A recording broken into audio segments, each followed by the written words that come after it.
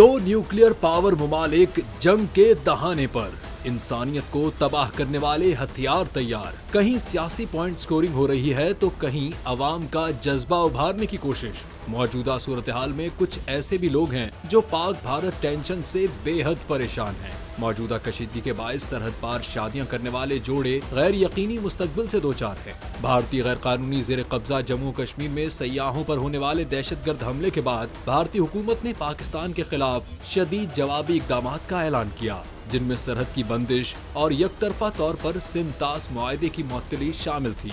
जहां social media पर भारतीय इकदामात को तंजो मजाह का निशाना बनाया गया, वहीं हकीकत ये है कि इन इकदामात का सबसे ज्यादा बोझ उन हजारों जोड़ों पर पड़ा जो सरहद पार शादियां कर चुके हैं। सरहद पार शादी करने वाले जोड़ों ने कहा कि दोनों ममालिक के दरमियान जारी कशीदगी के बायस हम अपने प्यारों से मुलाकात नहीं कर सकते।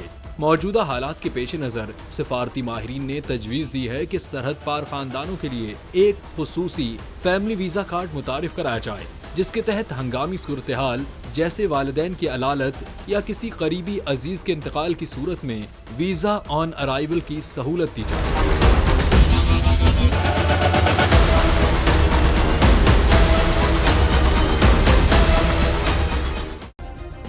सब्सक्राइब करें और बेल दबाएं ताकि कोई खबर रह न जाए।